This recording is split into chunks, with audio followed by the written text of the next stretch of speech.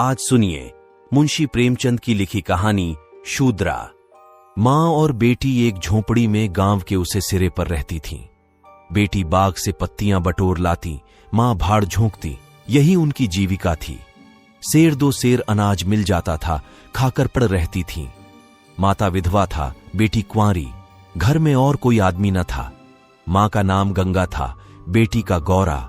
गंगा को कई साल से यह चिंता लगी हुई थी कि कहीं गौरा की सगाई हो जाए, लेकिन कहीं बात पक्की न होती थी। अपने पति के मर जाने के बाद गंगा ने कोई दूसरा घर न किया था, न कोई दूसरा धंधा ही करती थी। इससे लोगों को संदेह हो गया था कि आखिर इसका गुजर कैसे होता है। और लोग तो छाती फाड़ फाड़ कर काम करते हैं, फिर भी पेट भर अन्न मयस्सर नहीं होता। यह स्त्री कोई धंधा नहीं करती, फिर भी माँ बेटी आराम से रहती है, किसी के सामने हाथ नहीं फैलाती। इसमें कुछ न कुछ रहस्य अवश्य है। धीरे धीरे यह संदेह और भी दृढ़ हो गया और अब तक जीवित था। बिरादरी में कोई गौरा से सगाई करने पर राजी न होता था। शूद्रों की बिरादरी बहुत छोटी होती है, 10-5 कोस से अधिक उसका क्षेत्र नहीं होता। इसीलिए एक दूसरे के गुण दोष किसी से छिपे नहीं रहते, उन पर पर्दा ही डाला जा सकता है। इस भ्रांति को शांत करने के लिए मां ने बेटी के साथ कई तीर्थ यात्राएं की। उड़ीसा तक हो आई, लेकिन संदेह न मिटा। गौरा युवती थी, सुंदरी थी, पर उसे किसी ने कुएं पर या खेतों में हंसते बोलते नहीं देखा। उसकी निगाह कभी ऊपर उठती ही न थी। लेकिन ये बातें भी संदेह को और पुष्ट करती थीं। अवश्य कोई रहस्य है। कोई युवती इतनी सती नहीं हो सकती। कुछ गुपचुप की बात अवश्य है। यूं ही दिन गुजरते जाते थे। बुढ़िया दिनों दिन चिंता से घुल रही थी। उधर सुंदरी की मुख छवि दिनों दिन निहरती जाती थी। कली खिलकर फूल हो रही थी। एक दिन एक परदेशी गांव से होकर निकला। 10-12 कोस से आ रहा था। नौकरी की खोज में कलकत्ता जा रहा था। रात हो गई। किसी कहार का घर पूछता हुआ गंगा के घर आया। गंगा ने उसका खूब आदर सत्कार किया। उसके लिए गेहूं का आटा लाई, घर से बर्तन निकाल कर दिए। कहार ने पकाया, खाया, लेटा, बातें होने लगीं। सगाई की चर्चा छिड़ गई। कहार जवान था, गौरा पर निगाह पड़ी। उसका रंग ढंग देखा, उसकी सजल छवि आंखों में खूब गई। सगाई करने पर राजी हो गया। लौटकर घर चला गया। 2-4 गहने अपनी बहन के यहां से लाया। गांव के बजाज ने कपड़े उधार दे दिए। 2-4 भाई बंदों के साथ सगाई करने आ पहुंचा। सगाई हो गई, यही रहने लगा। गंगा बेटी और दामाद को आंखों से दूर न कर सकती थी, परंतु 10 ही 5 दिनों में मंगरू के कानों में इधर उधर की बातें पड़ने लगीं। सिर्फ बिरादरी ही के नहीं, अन्य जाति वाले भी उनके कान भरने लगे। ये बातें सुन सुनकर मंगरू पछताता था कि नाहक यहां फंसा, पर गौरा को छोड़ने का ख्याल कर उसका दिल कांप उठता था। 1 महीने के बाद मंगरू अपनी बहन के गहने लौटाने गया। खाने के समय उसका बहनोई उसके साथ भोजन करने न बैठा। मंगरू को कुछ संदेह हुआ। बहनोई से बोला, तुम क्यों नहीं आते? बहनोई ने कहा, तुम खा लो, मैं फिर खा लूंगा। मंगरू, बात क्या है? तू खाने क्यों नहीं उठते? बहनोई, जब तक पंचायत न होगी मैं तुम्हारे साथ कैसे खा सकता हूं? तुम्हारे लिए बिरादरी भी नहीं छोड़ दूंगा। किसी से पूछा न गाछा, जाकर एक हरजाई से सगाई कर ली। मंगरू चौके पर उठाया, मिर्जई पहनी और ससुराल चला आया। बहन खड़ी रोती रह गई। उसी रात को वह किसी से कुछ कहे सुने बगैर गौरा को छोड़कर कहीं चला गया। गौरा नींद में मग्न थी। उसे क्या खबर थी कि वह रत्न, जो मैंने इतनी तपस्या के बाद पाया है, मुझे सदा के लिए छोड़े चला जा रहा है। कई साल बीत गए, मंगरू का कुछ पता न चला। कोई पत्र तक न आया, पर गौरा बहुत प्रसन्न थी। वह मांग में सेंदूर डालती, रंग बिरंग के कपड़े पहनती और अधरों पर मिस्सी के धड़े जमाती। मंगरू भजनों की एक पुरानी किताब छोड़ गया था। उसे कभी कभी पढ़ती और गाती। मंगरू ने उसे हिंदी सिखा दी थी। टटोल टटोल कर भजन पढ़ लेती थी। पहले वह अकेली बैठली रहती। गांव की ओर स्त्रियों के साथ बोलते चालते उसे शर्म आती थी। उसके पास वह वस्तु न थी जिस पर दूसरी स्त्रियां गर्व करती थीं। सभी अपने अपने पति की चर्चा करती। गौरा के पति कहां था? वह किसकी बातें करती? अब उसके भी पति था। अब वह अन्य स्त्रियों के साथ इस विषय पर बातचीत करने की अधिकारिणी थी। वह भी मंगरू की चर्चा करती। मंगरू कितना स्नेहशील है, कितना सज्जन, कितना वीर। पति चर्चा से उसे कभी तृप्ति ही न होती थी। स्त्रियां, मंगरू तुम्हें छोड़कर क्यों चले गए? गौरी कहती, क्या करते, मर्द कभी ससुराल में पड़ा रहता है। देश परदेश में निकलकर 4 पैसे कमाना ही तो मर्दों का काम है, नहीं तो मान मर्यादा का निर्वाह कैसे हो। जब कोई पूछता चिट्ठ पत्री क्यों नहीं भेजते, तो हंसकर कहती, अपना पता ठिकाना बताने में डरते हैं, जानते हैं ना गौरा आकर सिर पर सवार हो जाएगी। सच कहती हूं, उनका पता ठिकाना मालूम हो जाए तो यहां मुझसे एक दिन भी न रहा जाए। वह बहुत अच्छा करते हैं कि मेरे पास चिट्ठी पत्री नहीं भेजते। बेचारे परदेश में कहां घर गिरस्ती संभालते फिरेंगे। एक दिन किसी सहेली ने कहा, हम न मानेंगे, तुझसे जरूर मंगरू से झगड़ा हो गया है, नहीं तो बिना कुछ कहे सुने क्यों चले जाते। गौरा ने हंसकर कहा, बहन, अपने देवता से भी कोई झगड़ा करता है? वह मेरे मालिक हैं, भला मैं उनसे झगड़ा करूंगी? जिस दिन झगड़े की नौबत आएगी कहीं डूब मरूंगी। मुझसे कहकर जाने पाते, मैं उनके पैरों से लिपट न जाती। एक दिन कलकत्ता से एक आदमी आकर गंगा के घर ठहरा। पास ही के किसी गांव में अपना घर बताया। कलकत्ता में वह मंगरू के पड़ोस ही में रहता था। मंगरू ने उससे गौरा को अपने साथ लाने को कहा था। 2 साड़ियां और राह खर्च के लिए रुपये भी भेजे थे। गौरा फूली न समाई, बूढ़े ब्राह्मण के साथ चलने को तैयार हो गई। चलते वक्त वह गांव की सब औरतों से गले मिली। गंगा उसे स्टेशन तक पहुंचाने गई। सब कहते थे, बेचारी लड़की के भाग जग गए, नहीं तो यहां कुड़कुड़ कर मर जाती। रास्ते भर गौरा सोचती, न जाने वह कैसे हो गए होंगे, अब तो मूछें अच्छी तरह निकल आई होंगी। परदेश में आदमी सुख से रहता है, देह भर आई होगी, बाबू साहब हो गए होंगे। मैं पहले 2-3 दिन उनसे बोलूंगी नहीं, फिर पूछूंगी तुम मुझे छोड़कर क्यों चले गए। अगर किसी ने मेरे बारे में कुछ बुरा भला कहा ही था तो तुमने उसका विश्वास क्यों कर लिया? तुम अपनी आंखों से न देखकर दूसरों के कहने पर क्यों गए? मैं भली हूं या बूढ़ी हूं तो तुम्हारी, तुमने मुझे इतने दिनों रुलाया क्यों? तुम्हारे बारे में अगर इसी तरह कोई मुझसे कहता तो क्या मैं तुमको छोड़ देती? जब तुमने मेरी बांह पकड़ ली तो तुम मेरे हो गए, फिर तुम में लाख ऐब हो मेरी बला से। चाहे तुम तुर्क ही क्यों ना हो जाओ, मैं तुम्हें छोड़ नहीं सकती। तुम क्यों मुझे छोड़कर भागे? क्या समझते थे भागना सहज है? आखिर झक मारकर बुलाया कि नहीं? कैसे न बुलाते?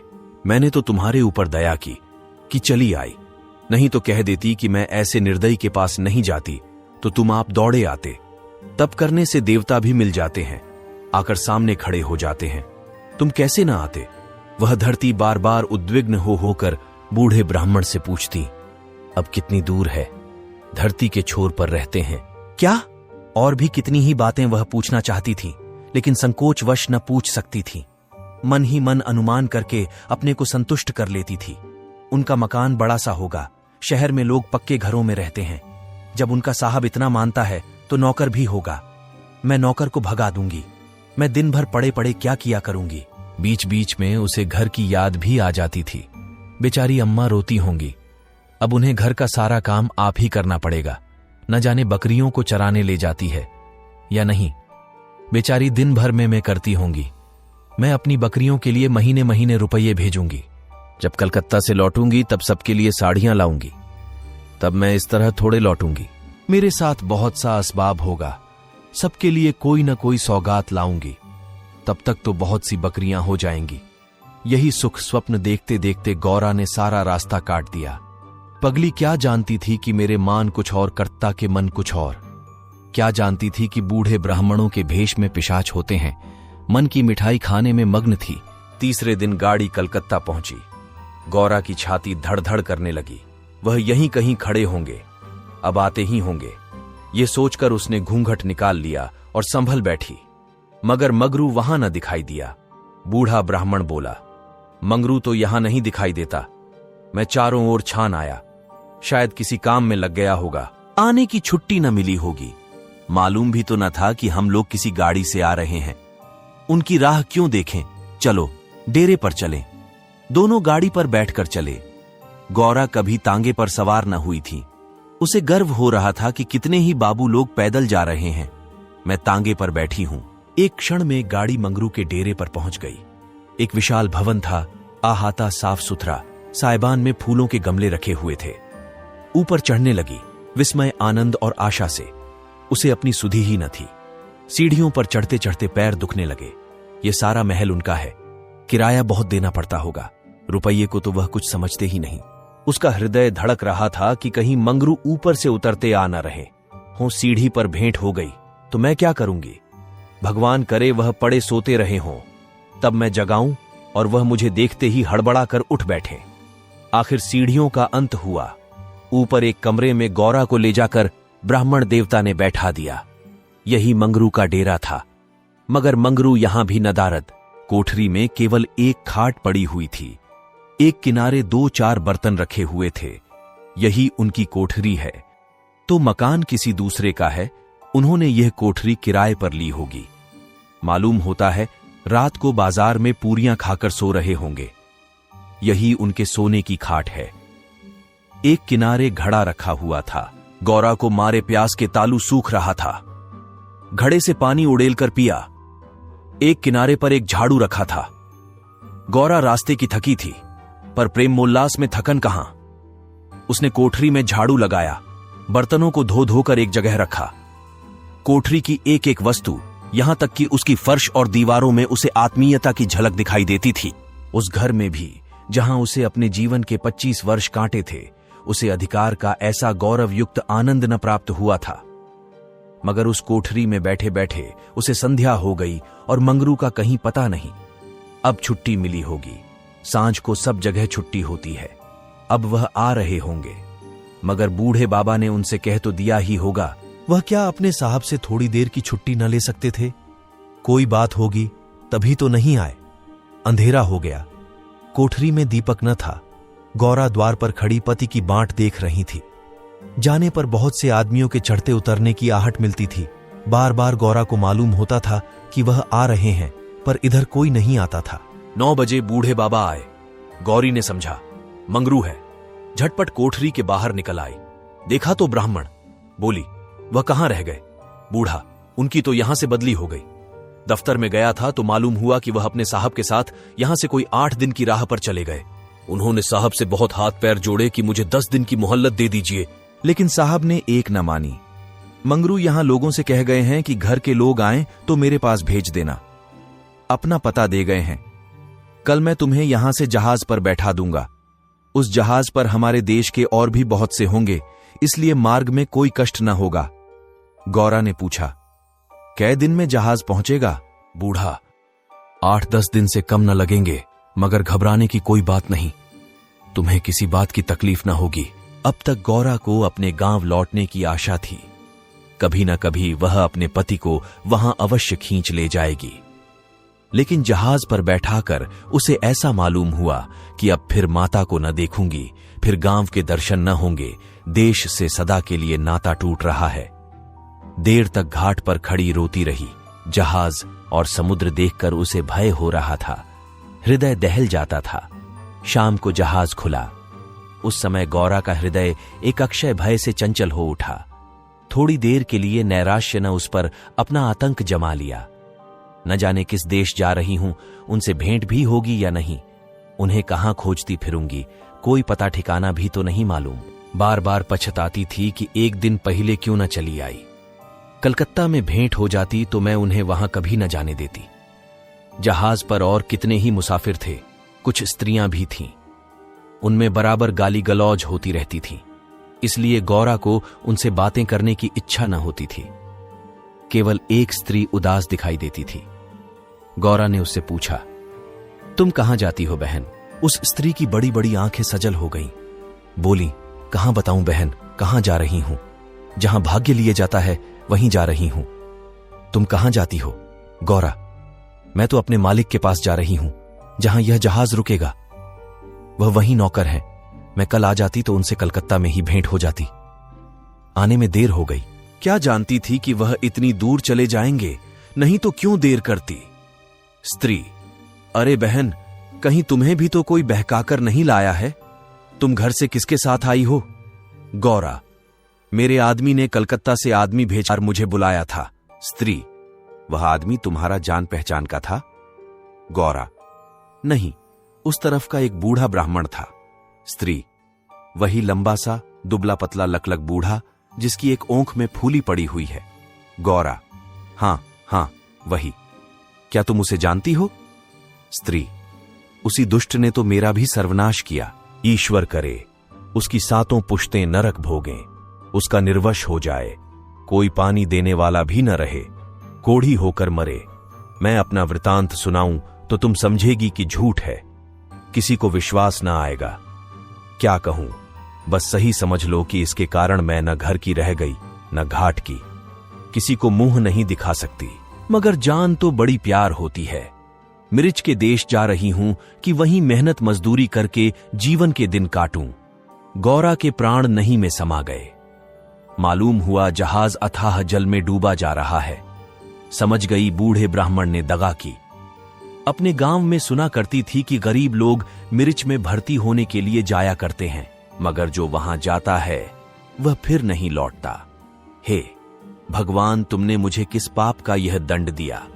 बोली, यह सब क्यों लोगों को इस तरह छलकर मिर्च भेजते हैं? स्त्री, रुपये के लोभ से और किस लिए? सुनती हूं आदमी पीछे इन सभी को कुछ रुपये मिलते हैं। गौरा, मजूरी। गौरा सोचने लगी, अब क्या करूं? यह आशा नौका जिस पर बैठी हुई वह चली जा रही थी, टूट गई थी और अब समुद्र की लहरों के सिवा उसकी रक्षा करने वाला कोई न था। जिस आधार पर उसने अपना जीवन भवन बनाया था वह जलमग्न हो गया। अब उसके लिए जल के सिवा और कहां आश्रय है? उसकी अपनी माता की, अपने घर की, अपने गांव की, सहेलियों की याद आती और ऐसी घोर मर्म वेदना होने लगी मानो कोई सर्प अंतस्थल में बैठा हुआ बार बार डस रहा हो। भगवान, अगर मुझे यही यातना देनी थी तो तुमने जन्म ही क्यों दिया था? तुम्हें दुखिया पर दया नहीं आती? जो पिसे हुए हैं उन्हीं को पीसते हो? करुण स्वर से बोली। तो अब क्या करना होगा बहन? स्त्री, यह तो वहां पहुंचकर मालूम होगा। अगर मजूरी ही करनी पड़ी तो कोई बात नहीं, लेकिन अगर किसी ने कुदृष्टि से देखा तो मैंने निश्चय कर लिया है कि या तो उसी के प्राण ले लूंगी या अपने प्राण दे दूंगी। यह कहते कहते उसे अपना वृतांत सुनाने की वह उत्कट इच्छा हुई जो दुखियों को हुआ करती है। बोली, मैं बड़े घर की बेटी और उससे भी बड़े घर की बहू हूं, पर अभागिनी। विवाह के तीसरे ही साल पतिदेव का देहांत हो गया। चित्त की कुछ ऐसी दशा हो गई कि नित्य मालूम होता कि वह मुझे बुला रहे हैं। पहले तो ओ झपकते ही उनकी मूर्ति सामने आ जाती थी, लेकिन फिर तो यह दशा हो गई कि जागृत दशा में भी रह रहकर उनके दर्शन होने लगे। बस यही जान पड़ता था कि वह साक्षात खड़े बुला रहे हैं। किसी से शर्म के मारे कहती न थी, पर मन में यह शंका होती थी कि जब उनका देहावसान हो गया है तो वह मुझे दिखाई कैसे देते हैं? मैं इसे भ्रांति समझकर चित्त को शांत न कर सकती। मन कहता था, जो वस्तु प्रत्यक्ष दिखाई देती है वह मिल क्यों नहीं सकती? केवल वह ज्ञान चाहिए। साधु महात्माओं को सिवा ज्ञान और कौन दे सकता है? मेरा तो अब भी विश्वास है कि अभी ऐसी क्रियाएं हैं जिनसे हम मरे हुए प्राणियों से बातचीत कर सकते हैं, उनको स्थूल रूप में देख सकते हैं। महात्माओं की खोज में रहने लगी। मेरे यहां अक्सर साधु संत आते थे। उनसे एकांत में इस विषय में बातें किया करती थीं, पर वे लोग सदुपदेश देकर मुझे टाल देते थे। मुझे सदुपदेशों की जरूरत न थी। मैं वैधव्य धर्म खूब जानती थी। मैं तो वह ज्ञान चाहती थी जो जीवन और मरण के बीच का पर्दा उठा दे। 3 साल तक मैं इसी खेल में लगी रही। 2 महीने होते हैं, वही बूढ़ा ब्राह्मण सन्यासी बना हुआ मेरे यहां जा पहुंचा। मैंने इससे वही भिक्षा मांगी। इस धूर्त ने कुछ ऐसा मायाजाल फैलाया कि मैं आंखें रहते हुए भी फंस गई। अब सोचती हूं तो अपने ऊपर आश्चर्य होता है कि मुझे उसकी बातों पर इतना विश्वास क्यों हुआ। मैं पति दर्शन के लिए सब कुछ झेलने को, सब कुछ करने को तैयार थी। इसने रात को अपने पास बुलाया। मैं घर वालों से पड़ोसिन के घर जाने का बहाना करके इसके पास गई। एक पीपल से इसकी धुएं जल रही थी। उस विमल चांदनी में यह जटाधारी ज्ञान और योग का देवता सा मालूम होता था। मैं आकर धुएं के पास खड़ी हो गई। उस समय यदि बाबा जी मुझे आग में कूद पड़ने की आज्ञा देते तो मैं तुरंत कूद पड़ती। इसने मुझे बड़े प्रेम से बैठाया और मेरे सिर पर हाथ रखकर न जाने क्या कर दिया कि मैं बेसुध हो गई। फिर मुझे कुछ नहीं मालूम कि मैं कहां गई, क्या हुआ। जब मुझे होश आया तो मैं रेल पर सवार थी। जी में आया कि चिल्लाऊं, पर यह सोचकर कि अब गाड़ी रुक भी गई और मैं उतर भी पड़ी तो घर में घुसने न पाऊंगी, मैं चुपचाप बैठी रह गई। मैं परमात्मा की दृष्टि से निर्दोष थी, पर संसार की दृष्टि में कलंकित हो चुकी थी। रात को किसी युवती का घर से निकल जाना कलंकित करने के लिए काफी था। जब मुझे मालूम हो गया कि सब मुझे टापू में भेज रहे हैं, तो मैंने जरा भी आपत्ति नहीं की। मेरे लिए अब सारा संसार एक सा है। जिसका संसार में कोई न हो, उसके लिए देश परदेश दोनों बराबर है। हाँ, यह पक्का निश्चय कर चुकी हूं कि मरते दम तक अपने सत की रक्षा करूंगी। विधि के हाथ में मृत्यु से बढ़कर कोई यातना नहीं। विधवा के लिए मृत्यु का क्या भय? उसका तो जीना और मरना दोनों बराबर हैं। बल्कि मर जाने से जीवन की विपत्तियों का तो अंत हो जाएगा। गौरा ने सोचा, इस स्त्री में कितना धैर्य और साहस है। फिर मैं क्यों इतनी कातर और निराश हो रही हूं? जब जीवन की अभिलाषाओं का अंत हो गया तो जीवन के अंत का क्या डर? बोली, बहन, हम और तुम एक जगह रहेंगी। मुझे तो अब तुम्हारा ही भरोसा है। स्त्री ने कहा, भगवान का भरोसा रखो और मरने से मत डरो। सघन अंधकार छाया हुआ था। ऊपर काला आकाश था, नीचे काला जल। गौरा आकाश की ओर ताक रही थी, उसकी संगिनी जल की ओर। उसके सामने आकाश के कुसुम थे, इसके चारों ओर अनंत, अखंड, अपार अंधकार था। जहाज से उतरते ही एक आदमी ने यात्रियों के नाम लिखने शुरू किए। इसका पहनावा तो अंग्रेजी था, पर बातचीत से हिंदुस्तानी मालूम होता था। गौरा सिर झुकाए अपनी संगिनी के पीछे खड़ी थी। उस आदमी की आवाज सुनकर वह चौंक पड़ी। उसने दबी आंखों से उसको ओर देखा। उसके समस्त शरीर में सनसनी दौड़ गई। क्या स्वप्न तो नहीं देख रही हूं? आंखों पर विश्वास न आया, फिर उस पर निगाह डाली। उसकी छाती वेग से धड़कने लगी, पैर थर थर कांपने लगे। ऐसा मालूम होने लगा मानो चारों ओर जल ही जल है और उसमें बही जा रही हूं। उसने अपनी संगिनी का हाथ पकड़ लिया, नहीं तो जमीन में गिर पड़ती। उसके सम्मुख वहीं पुरुष खड़ा था जो उसका प्राणधार था और जिससे इस जीवन में भेंट होने की उसे लेश मात्र भी आशा न थी। यह मंगरू था, इसमें जरा भी संदेह न था। हां, उसकी सूरत बदल गई थी। यौवन काल का वह कांतिमय साहस, सदैव छवि नाम को भी न थी। बाल खिचड़ी हो गए थे, गाल पिचके हुए, लाल आंखों से कुवासना और कठोरता झलक रही थी, पर था वह मंगरू। गौरा के जी में प्रबल इच्छा हुई कि स्वामी के पैरों से लिपट जाऊं। चिल्लाने का जी चाहा, पर संकोच ने मन को रोका। बूढ़े ब्राह्मण ने बहुत ठीक कहा था। स्वामी ने अवश्य मुझे बुलाया था और आने से पहले यहां चले आए। उसने अपनी संगिनी के कान में कहा, बहन, तुम उस ब्राह्मण को व्यर्थ ही बुरा कह रही थीं। यही तो वह हैं जो यात्रियों के नाम लिख रहे हैं। स्त्री, सच खूब पहचानी हो। गौरा, बहन, क्या इसमें भी हो सकता है? स्त्री, तब तो तुम्हारे भाग्य जग गए। मेरी भी सुधि लेना। गौरा, भला बहन, ऐसा भी हो सकता है कि यहां तुम्हें छोड़ दूं। मंगरू यात्रियों से बात बात पर बिगड़ता था, बात बात पर गालियां देता था। कई आदमियों को ठोकर मारे और कई को केवल गांव का जिला न बता सकने के कारण धक्का देकर गिरा दिया। गौरा मन ही मन घड़ी जाती थी, साथ ही अपने स्वामी के अधिकार पर उसे गर्व भी हो रहा था। आखिर मंगरू उसके सामने आकर खड़ा हो गया और कुचेष्टापूर्ण नेत्रों से देखकर बोला, तुम्हारा क्या नाम है? गौरा ने कहा, गौरा। मंगरू चौंक पड़ा, फिर बोला, घर कहां है? मदनपुर, जिला बनारस। ये कहते कहते हंसी आ गई।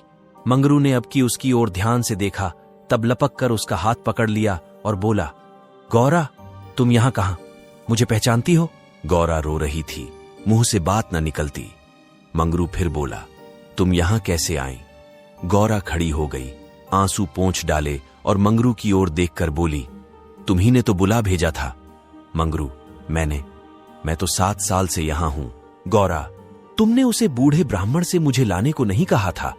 मंगरू, कह तो रहा हूं, मैं 7 साल से यहां हूं, मरने पर ही यहां से जाऊंगा। भला तुम्हें क्यों बुलाता? गौरा को मंगरू से इस निष्ठुरता का आशा न थी। उसने सोचा, अगर यह सत्य भी हो कि इन्होंने मुझे नहीं बुलाया, तो भी इन्हें मेरा यूं अपमान न करना चाहिए था। क्या वह समझते हैं कि मैं इनकी रोटियों पर आई हूं? यह तो इतने ओछे स्वभाव के न थे। शायद दर्जा पाकर इन्हें मद हो गया है। नारी सुलभ अभिमान से गर्दन उठाकर उसने कहा, तुम्हारी इच्छा हो तो अब यहां से लौट जाऊं, तुम्हारे ऊपर भार बनना नहीं चाहती। मंगरू कुछ लज्जित होकर बोला, अब तुम यहां से लौट नहीं सकती गौरा, यहां आकर बिरला ही कोई लौटता है। यह कहकर वह कुछ देर चिंता में मग्न खड़ा रहा, मानो संकट में पड़ा हुआ हो कि क्या करना चाहिए। उसकी कठोर मुखाकृति पर दीनता का रंग झलक पड़ा। तब कातर स्वर से बोला, जब आ ही गई हो तो रहो, जैसी कुछ पड़ेगी देखी जाएगी। गौरा, जहाज फिर कब लौटेगा? मंगरू, तुम यहां से 5 बरस के पहले नहीं जा सकती। गौरा, क्यों, क्या कुछ जबरदस्ती है? मंगरू, हां, यहां का यही हुक्म है। गौरा, तो फिर मैं अलग मजूरी करके अपना पेट पालूंगी। मंगरू ने सजल नेत्र होकर कहा, जब तक मैं जीता हूं तुम मुझसे अलग नहीं रह सकती। गौरा, तुम्हारे ऊपर भार बनकर न रहूंगी। मंगरू, मैं तुम्हें भार नहीं समझता गौरा, लेकिन यह जगह तुम जैसी देवियों के रहने लायक नहीं है, नहीं तो अब तक मैंने तुम्हें कब का बुला लिया होता। वहीं बूढ़ा आदमी जिसने तुम्हें बहकाया मुझे घर से आते समय पटने में मिल गया और झांसे देकर मुझे यहां भर्ती कर दिया, तब से यहीं पड़ा हुआ हूं। चलो मेरे घर में रहो, वहां बातें होंगी। ये दूसरी औरत कौन है? गौरा, ये मेरी सखी है, इन्हें भी बूढ़ा बहका लाया। मंगरू, ये तो किसी कोठी में जाएंगी, इन सब आदमियों की बांट होगी, जिसके हिस्से में जितने आदमी आएंगे उतने हर एक कोठी में भेजे जाएंगे। गौरा, ये तो मेरे साथ रहना चाहती है। मंगरू, अच्छी बात है, इन्हें भी लेती चलो। यत्रियों रखे नाम तो लिखे ही जा चुके थे। मंगरू ने उन्हें एक चपरासी को सौंपकर दोनों औरतों के साथ घर की राह ली। दोनों ओर सघन वृक्षों की कतारें थीं, जहां तक निगाह जाती थी ऊख ही ऊख दिखाई देती थी। समुद्र की ओर से शीतल निर्मल वायु के झोंके आ रहे थे। अत्यंत सुरम्य दृश्य था, पर मंगरू की निगाह उस ओर न थी। वह भूमि की ओर ताकता, सिर झुकाए संदिग्ध चवाल से चला जा रहा था, मानो मन ही मन कोई समस्या हल कर रहा था। थोड़ी ही दूर गए थे कि सामने से 2 आदमी आते हुए दिखाई दिए। समीप आकर दानों रुक गए और एक ने हंसकर कहा, मंगरू, इनमें से एक हमारी है। दूसरा बोला, और दूसरा मेरी। मंगरू का चेहरा तमतमा उठा था। भीषण क्रोध से कांपता हुआ बोला, ये दोनों मेरे घर की औरतें हैं, समझ गए? इन दोनों ने जोर से कह कहा मारा और एक ने गौरा के समीप आकर उसका हाथ पकड़ने की चेष्टा करके कहा, यह मेरी है, चाहे तुम्हारे घर की हो चाहे बाहर की। बचा, हमें चकमा देते हो? मंगरू, कासिम, इन्हें मत छेड़ो, नहीं तो अच्छा ना होगा। मैंने कह दिया, मेरे घर की औरतें हैं। मंगरी की आंखों से अग्नि की ज्वाला सी निकल रही थी। वह दानों के उसके मुख का भाव देखकर कुछ सहम गए और समझ लेने की धमकी देकर आगे बढ़े, किंतु मंगरू के अधिकार क्षेत्र से बाहर पहुंचते ही एक ने पीछे से ललकार कर कहा, देखें कहां लेके जाते हो? मंगरू ने उधर ध्यान नहीं दिया, जरा कदम बढ़ाकर चलने लगा, जैसे संध्या के एकांत में हम कब्रिस्तान के पास से गुजरते हैं। हमें पग पग पर यह शंका होती है कि कोई शब्द कान में न पड़ जाए, कोई सामने आकर खड़ा न हो जाए, कोई जमीन के नीचे से कफन ओढ़े उठ न खड़ा हो। गौरा ने कहा, ये दानों बड़े शोहदे थे। मंगरू, और मैं किस लिए कह रहा था कि यह जगह तुम जैसी स्त्रियों के रहने लायक नहीं है। सहसा दाहिनी तरफ से एक अंग्रेज घोड़ा दौड़ाता आ पहुंचा और मंगरू से बोला, वेल जमादार, ये दोनों औरतें हमारी कोठी में रहेगा। हमारे कोठी में कोई औरत नहीं है। मंगरू ने दोनों औरतों को अपने पीछे कर लिया और सामने खड़ा होकर बोला, साहब, ये दोनों हमारे घर की औरतें हैं। साहब, ओहो, तुम झूठा आदमी, हमारे कोठी में कोई औरत नहीं और तुम 2 ले जाएगा। ऐसा नहीं हो सकता। गौरा की ओर इशारा करके, इसको हमारी कोठी पर पहुंचा दो। मंगरू ने सिर से पैर तक कांपते हुए कहा, ऐसा नहीं हो सकता। मगर साहब आगे बढ़ गया था, उसके कान में बात न पहुंची। उसने हुक्म दे दिया था और उसकी तामील करना जमादार का काम था। शेष मार्ग निर्विघ्न समाप्त हुआ। आगे मजूरों के रहने के मिट्टी के घर थे। द्वारों पर स्त्री पुरुष जहां तहां बैठे हुए थे। सभी इन दोनों स्त्रियों की ओर घूरते थे और आपस में इशारे करते हंसते थे। गौरा ने देखा, उनमें छोटे बड़े का लिहाज नहीं है, न किसी के आंखों में शर्म है। एक भदैसले और ने हाथ पर चिलम पीते हुए अपनी पड़ोसिन से कहा, 4 दिन की चांदनी, फिर अंधेरी पांख। दूसरी अपनी छोटी गूंथती हुई बोली, कलोर है ना। मंगरू दिन भर द्वार पर बैठा रहा, मानो कोई किसान अपने मटर के खेत की रखवाली कर रहा हो। कोठरी में दोनों स्त्रियां बैठी अपने नसीबों को रही थीं। इतनी देर में दोनों को यहां की दशा का परिचय कराया गया था। दोनों भूखी प्यासी बैठी थीं। यहां का रंग देखकर भूख प्यास सब भाग गई थी। रात के 10 बजे होंगे कि एक सिपाही ने आकर मंगरू से कहा, चलो तुम्हें झंड साहब बुला रहे हैं।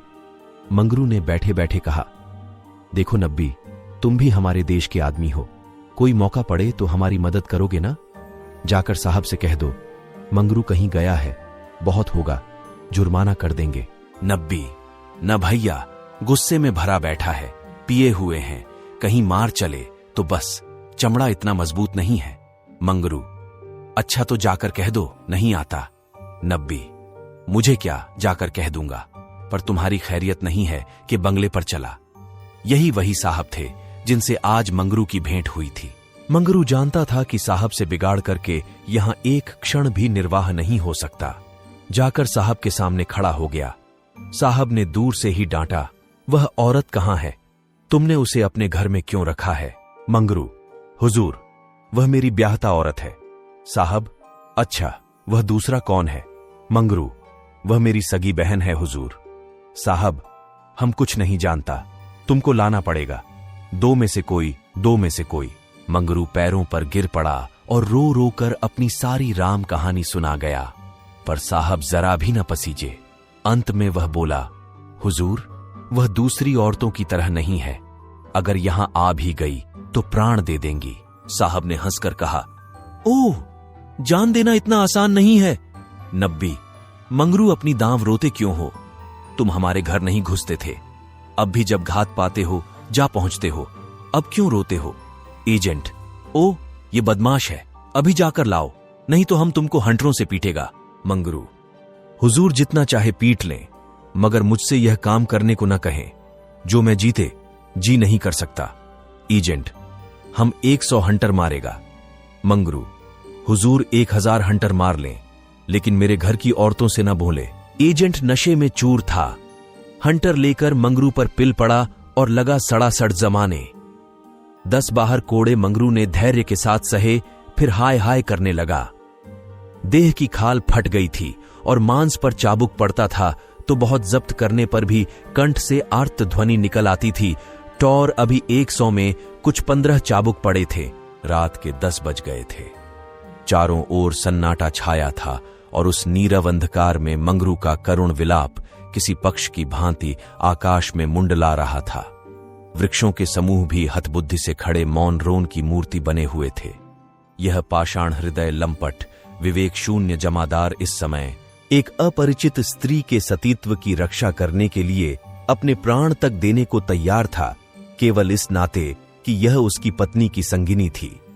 वह समस्त संसार की नजरों में गिरना गमारा कर सकता था, पर अपनी पत्नी की भक्ति पर अखंड राज्य करना चाहता था।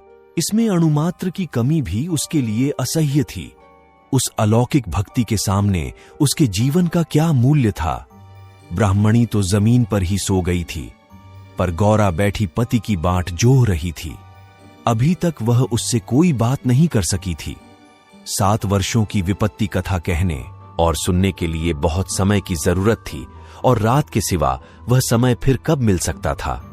उसे ब्राह्मणी पर कुछ क्रोध सा आ रहा था कि यह क्यों मेरे गले का हार हुई।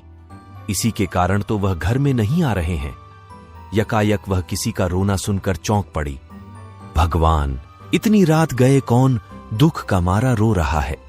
अवश्य कोई कहीं मर गया है। वह उठकर द्वार पर आई और यह अनुमान करके कि मंगरू यहां बैठा हुआ है, बोली, वह कौन रो रहा है? जरा देखो तो। लेकिन जब कोई जवाब न मिला तो वह स्वयं कान लगाकर सुनने लगी। सहसा उसका कलेजा धक से हो गया। तो यह उन्हीं की आवाज है। अब आवाज साफ सुनाई दे रही थी। मंगरू की आवाज थी। वह द्वार के बाहर निकल आई। उसके सामने एक गोली के अंपे पर एजेंट का बंगला था। उसी तरफ से आवाज आ रही थी, कोई उन्हें मार रहा है। आदमी मार पड़ने पर ही इस तरह रोता है। मालूम होता है वही साहब उन्हें मार रहा है। वह वहां खड़ी न रह सकी, पूरी शक्ति से उस बंगले की ओर दौड़ी। रास्ता साफ था। एक क्षण में वह फाटक पर पहुंच गई। फाटक बंद था। उसने जोर से फाटक पर धक्का दिया, लेकिन वह फाटक न खुला और कई बार जोर जोर से पुकारने पर भी कोई बाहर न निकला। तो वह फाटक के जंगलों पर पैर रखकर भीतर कूद पड़ी और उस पार जाते ही उसने एक रोमांचकारी दृश्य देखा। मंगरू नंगे बदन बरामदे में खड़ा था और एक अंग्रेज उसे हंटरों से मार रहा था। गौरा की आंखों के सामने अंधेरा छा गया। वह एक छलांग में साहब के सामने जाकर खड़ी हो गई और मंगरू को अपने अक्षय प्रेम सबल हाथों से ढांक कर बोली, सरकार, दया करो, इनके बदले मुझे जितना मार लो, पर इनको छोड़ दो। एजेंट ने हाथ रोक लिया और उन्मत्त की भांति गौरा की ओर कई कदम आकर बोला, हम इसको छोड़ दें तो तुम मेरे पास रहेगा। मंगरू के नथने फड़कने लगे। यह पामर, नीच अंग्रेज मेरी पत्नी से इस तरह की बातें कर रहा है। अब तक वह जिस अमूल्य रत्न की रक्षा के लिए इतनी यातनाएं सह रहा था, वही वस्तु साहब के हाथ में चली जा रही है। यह असह्य था। उसने चाहा कि लपक कर साहब की गर्दन पर चढ़ बैठूं, जो कुछ होना है हो जाए। यह अपमान सहने के बाद जीकर ही क्या करूंगा। लेकिन नब्बी ने उसे तुरंत पकड़ लिया और कई आदमियों को बुलाकर उसके हाथ पांव बांध दिए। मंगरू भूमि पर छटपटाने लगा। गौरा रोती हुई साहब के पैरों पर गिर पड़ी और बोली, हुजूर, इन्हें छोड़ दें, मुझ पर दया करें। एजेंट, तुम हमारे पास रहेगा? गौरा ने खून का घूंट पीकर कहा। हां, रहूंगी। बाहर मंगरू बरामदे में पड़ा कराह रहा था। उसकी देह में सूजन थी और घावों में जलन, सारे अंग जकड़ गए थे। हिलने की भी शक्ति न थी। हवा घावों में शर के समान चुभती थी, लेकिन यह व्यथा वह सह न सकता था। असह्य यह था कि साहब गौरा के साथ इसी घर में विहार कर रहा है और मैं कुछ नहीं कर सकता। उसे अपनी पीड़ा भूल सी गई थी। कान लगाए सुन रहा था कि उनकी बातों की भनक कान में पड़ जाए तो देखूं क्या बातें हो रही हैं। गौरा अवश्य चिल्लाकर भागेगी और साहब उसके पीछे दौड़ेगा। अगर मुझसे उठा जाता तो उस वक्त बचा को खोदकर गाड़ ही देता। लेकिन बड़ी देर हो गई ना तो गौरा चिल्लाई, न बंगले से निकलकर भागी। वह उस सजे सजाए कमरे में साहब के साथ बैठी सोच रही थी, क्या इसमें तनिक भी दया नहीं है? मंगरू का पीड़ा क्रंदन सुन सुनकर उसके हृदय के टुकड़े हुए जाते थे। क्या इसके अपने भाई बंद मां बहन नहीं है? माता यहां होती तो उसे इतना अत्याचार न करने देती। मेरी अम्मा लड़कों पर कितना बिगड़ती थीं जब वह किसी को पेड़ पर ढेले चलाते देखती थीं। पेड़ में भी प्राण होते हैं। क्या इसकी माता इसे एक आदमी के प्राण लेते देखकर भी इसे मना न करती? साहब शराब पी रहा था और गौरा गोश्त काटने का छुरा हाथ में लिए खेल रही थी। सहसा गौरा की निगाह एक चित्र की ओर गई। उसमें एक माता बैठी हुई थी। गौरा ने पूछा, साहब, यह किसकी तस्वीर है? साहब ने शराब का गिलास मेज पर रखकर कहा, ओ, यह हमारे खुदा की मां मरियम है। गौरा, बड़ी अच्छी तस्वीर है। क्यों साहब, तुम्हारी मां जीती है ना? साहब, वह मर गया। जब हम यहां आया तो वह बीमार हो गया। हम उसको देख भी नहीं सका। साहब के मुखमंडल पर करुणा की झलक दिखाई दी। गौरा बोली, तब तो उन्हें बड़ा दुख हुआ होगा। तुम्हें अपनी माता का प्यार नहीं था। वह रो रोकर मर गई और तुम देखने भी नहीं गए। तभी तुम्हारा दिल कड़ा है। साहब, नहीं नहीं, हम अपनी माता को बहुत चाहता था। वैसी औरत दुनिया में न होगी। हमारा बाप हमको बहुत छोटा सा छोड़कर मर गया था। माथे ने कोयले की खान में मजूरी करके हमको पाला। गौरा, तब तो वह देवी थी। इतनी गरीबी का दुख सहकर भी तुम्हें दूसरे पर तरस नहीं आता। क्या वह दया की देवी तुम्हारी बेदर्दी देखकर दुखी न होती होंगी? उनकी कोई तस्वीर तुम्हारे पास है? साहब, ओ, हमारे पास उनके कई फोटो हैं। देखो, वह उन्हीं की तस्वीर है। वह दीवाल पर। गौरा ने समीप जाकर तस्वीर देखी और करुण स्वर में बोली, सचमुच देवी थीं। जान पड़ता है दया की देवी हैं। वह तुम्हें कभी मारती थीं कि नहीं? मैं तो जानती हूं वह कभी किसी पर न बिगड़ती होंगी। बिल्कुल दया की मूर्ति है। साहब, ओ मामा हमको कभी नहीं मारता था। वह बहुत गरीब था, पर अपने कमाई में कुछ न कुछ जरूर खैरात करता था। किसी बेबाप के बाग को देखकर उसकी आंखों में आंसू भर आता था। वह बहुत ही दयावान था।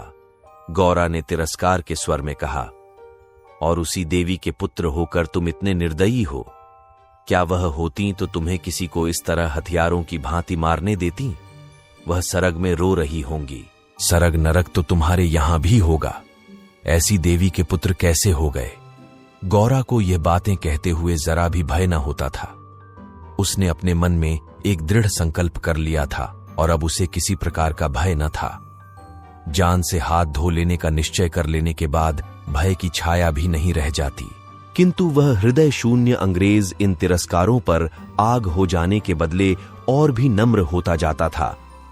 गौरा मानवीय भावों से कितनी ही अनभिज्ञ हो, पर इतना जानती थी कि अपनी जननी के लिए प्रत्येक हृदय में, चाहे वह साधु का हो या कसाई का, आदर और प्रेम का एक कोना सुरक्षित रहता है।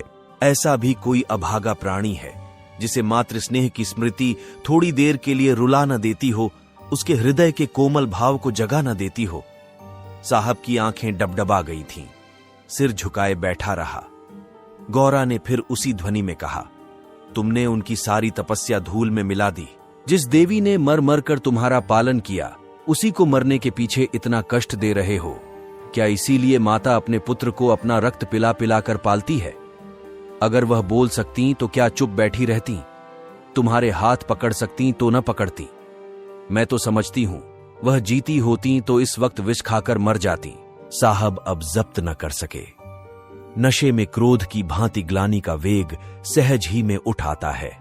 दोनों हाथों से मुंह छिपाकर साहब ने रोना शुरू किया और इतना रोया कि हिचकी बंध गई।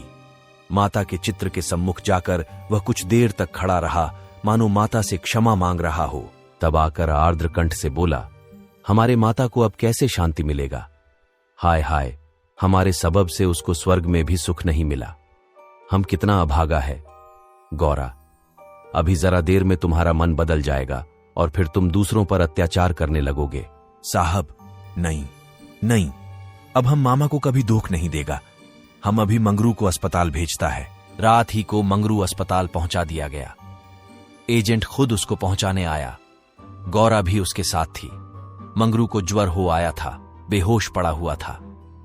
मंगरू ने 3 दिन आंखें न खोलीं और गौरा तीनों दिन उसके पास बैठी रही। एक क्षण के लिए भी वहां से न हटी। एजेंट भी कई बार हालचाल पूछने आ जाता और हर मर्तबा गौरा से क्षमा मांगता। चौथे दिन मंगरू ने आंखें खोली तो देखा गौरा सामने बैठी हुई है। गौरा उसे आंखें खोलते देखकर पास आ खड़ी हुई और बोली, अब कैसा जी है? मंगरू ने कहा, तुम यहां कब आई? गौरा, मैं तो तुम्हारे साथ ही यहां आई थी, तब से यहीं हूं। मंगरू, साहब के बंगले में क्या जगह नहीं है? गौरा, अगर बंगले की चाह होती तो 7 समुद्र पार तुम्हारे पास क्यों आती? मंगरू, आकर कौन सा सुख दे दिया है? तुम्हें यही करना था तो मुझे मर क्यों न जाने दिया? गौरा ने झुंझलाकर कहा, तुम इस तरह की बातें मुझसे न करो। ऐसी बातों से मेरी देह में आग लग जाती है। मंगरू ने मुंह फेर लिया, मानो उसे गौरा की बात पर विश्वास नहीं आया। दिन भर गौरा मंगरू के पास बेदाना पानी खड़ी रही। गौरा ने कई बार उसे बुलाया, लेकिन वह चुप्पी साधे रह गया। यह संदेह युक्त निरादर कोमल हृदय गौरा के लिए असह्य था। जिस पुरुष को वह देवतुल्य समझती थी, उसके प्रेम से वंचित होकर वह कैसे जीवित रह सकती थी? यही प्रेम उसके जीवन का आधार था। उसे खोकर अब वह अपना सर्वस्व खो चुकी थी। आधी रात से अधिक बीत चुकी थी। मंगरू बेखबर सोया हुआ था। शायद वह कोई स्वप्न देख रहा था। गौरा ने उसके चरणों पर सिर रखा और अस्पताल से निकली। मंगरू ने उसका परित्याग कर दिया था। वह भी उसका परित्याग करने जा रही थी। अस्पताल के पूर्व दिशा में एक फरलांग पर एक छोटी सी नदी बहती थी। गौरा उसके कगार पर खड़ी हो गई। अभी कई दिन पहले वह अपने गांव में आराम से पड़ी हुई थी। उसे क्या मालूम था कि जो वस्तु इतनी मुश्किल से मिल सकती है, वह इतनी आसानी से खोई भी जा सकती है। उसे अपनी मां की, अपने घर की, अपनी सहेलियों की, अपनी बकरी के बच्चों की याद आई। वह सब कुछ छोड़कर इसीलिए यहां आई थी। पति के ये शब्द, क्या साहब के बंगले में जगह नहीं है, उसके मर्म स्थान में बाणों के समान चुभे हुए थे। यह सब मेरे ही कारण तो हुआ। मैं न रहूंगी तो वह फिर आराम से रहेंगे। सहसा उसे ब्राह्मणी की याद आ गई। उस दुखिया के दिन यहां कैसे कटेंगे? चलकर साहब से कह दूं कि उसे या तो उसके घर भेज दें या किसी पाठशाला में काम दिला दें। वह लौटना ही चाहती थी कि किसी ने पुकारा, गौरा, गौरा। वह मंगरू का करुण कंपित स्वर था। वह चुपचाप खड़ी हो गई। मंगरू ने फिर पुकारा, गौरा, गौरा, तुम कहां? मैं ईश्वर से कहता हूं कि गौरा ने और कुछ न सुना। वह धम से नदी में कूद पड़ी। बिना अपने जीवन का अंत किए वह स्वामी की विपत्ति का अंत न कर सकती थी। धमाके की आवाज सुनते ही मंगरू भी नदी में कूदा। वह अच्छा तैराक था, मगर कई बार गोते मारने पर भी गौरा का कहीं पता न चला। प्रातःकाल दोनों लाशें साथ साथ नदी में तैर रही थीं। जीवन यात्रा में उन्हें वह चिरसंग कभी न मिला था। स्वर्ग यात्रा में दोनों साथ साथ जा रहे थे। आप सुन रहे थे मुंशी प्रेमचंद की लिखी कहानी शूद्रा।